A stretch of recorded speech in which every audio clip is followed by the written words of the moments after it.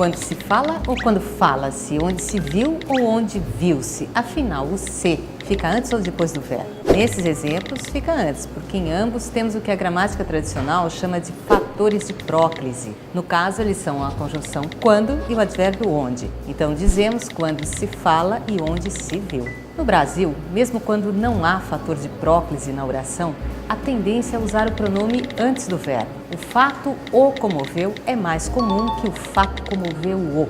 O fez é muito mais comum que fê-lo.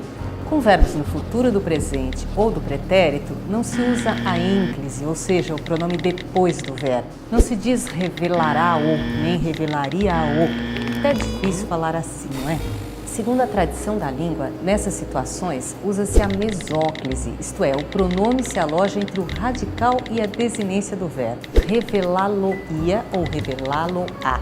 Mas, no português do Brasil, a mesóclise está praticamente em desuso.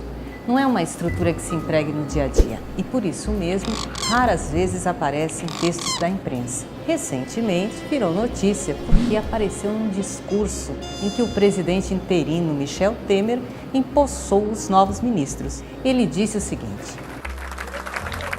quando menos fosse, sê-lo-ia, pela minha formação democrática.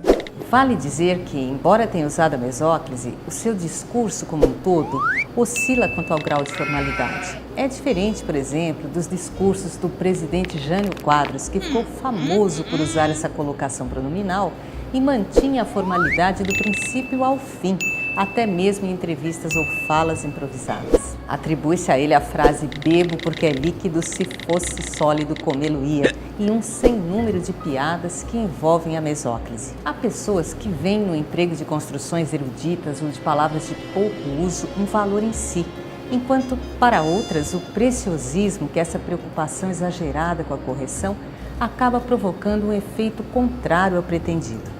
Mais ou menos como aquela pessoa que se arruma demais para ir a uma festa. É claro que está correto usar a mesóclise com os verbos no futuro. Deixo até umas dicas lá no blog para quem quiser falar à maneira do presidente interino sem errar.